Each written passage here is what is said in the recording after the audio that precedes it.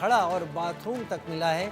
आज फिर जांच के लिए एएसआई की टीम इस बावड़ी में पहुंचेगी। इस बावड़ी की स्थिति देखिए, जमीन के अंदर थी ये पूरी की पूरी बावड़ी। इसको पाट दिया गया था, ऊपर प्लॉटिंग कर दी गई थी, किसी को पता ना चले कि अंदर क्या स्ट्रक्चर है।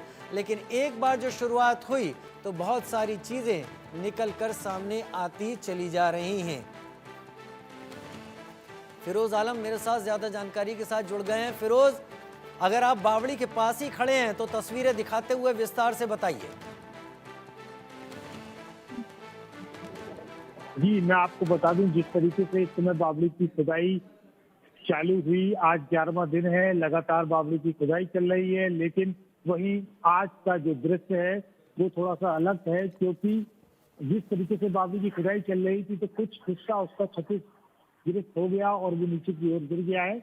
वहीं जिस तरीके से अब खुदाई चल रही है, खुदाई जारी है और ये ऐसा है कि वहां पर इस समय ऐसा है कि सामने वहां पर सर्वे चल रहा है। साथ ही आपको बता दूं, जिस तरीके से वहां पर एक यानी बाथरूम यानी शौचालय भी मिला है, इसके अलावा वहां पर एक पुराना घड़ा भी मिला है और बराबर एएसआई की टीम सर्वे वहां पर कर रही है और एएसआई की टीम की निगरानी में ही वहां पर खुदाई जारी है।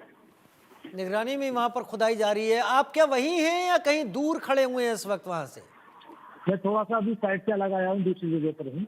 लेकिन मैं फिर आपको बता दूं, जिस तरीके से वहाँ जिस तरीके से बावड़ी की जमीन का अस्तित्व मिटा दिया गया था, जिला प्रशासन ने एक प्रार्थना पत्र के बाद से उसका अस्तित्व लौटाने की पूरी मुहिम चलाई और लगातार 11 दिन तक खुदाई रही। जिस तरीके से बावड़ी की जमीन पर कुछ मकान भी बने हुए हैं, कुछ बावड़ी की जो दीवार है वो जमीन जो मकान की नींव है वो बावड़ी की दीवार पर भी रखी हुई है। तो हो सकता है कि ये मकान आसपास के हैं, इस पर भी जिला प्रशासन कड़ा इरादा करते हुए, कड़ा आदेश करते हुए, हो सकता है कि ये मकान भी अतिक्रमण की जद में आ जाए और उन पर बड़ी कार्रवाई हो।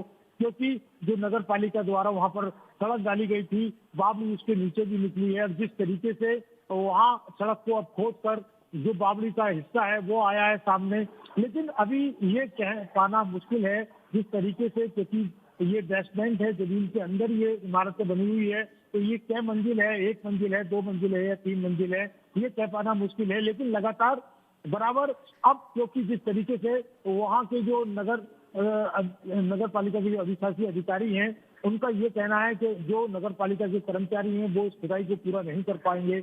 लेकिन एक्सपर्ट वहां पर अब मजदूर बुलाए गए हैं और लगातार अब एक्सपर्ट के द्वारा वहां पर खुदाई की जा रही है।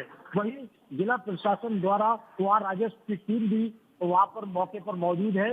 इसके अलावा वहां मजिस्ट्रेट भी नियुक्त किए गए हैं। अब देखते हैं अगली कार्रवाई जिला प्रशासन की क्या होती है, क्योंकि जिस तरीके से मकानों के नीचे भी बावड़ी पाई जा रही है, मकान वहां आसपास बने हुए हैं, तो जिला प्रशासन किस तरीके की बड़ी कार्रवाई करता है, क्या इन मकानों के गिराने के आदेश देता है या और कुछ।